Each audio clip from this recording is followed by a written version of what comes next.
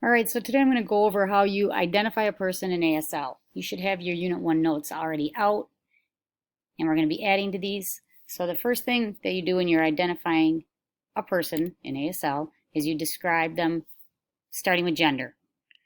It's just like when you used to play Guess Who. Remember that game? And you always say if it's a male or female, boy or girl. And as you sign, do you see that man? Your eyebrows go up because you're asking the person a question, a yes/no question, actually. So gender is first. Next, you're going to give a brief description using all those new signs that we've learned between today and last week. You should have learned color signs, clothing signs, and facial features. Remember, you only sign something that's going to distinguish the person.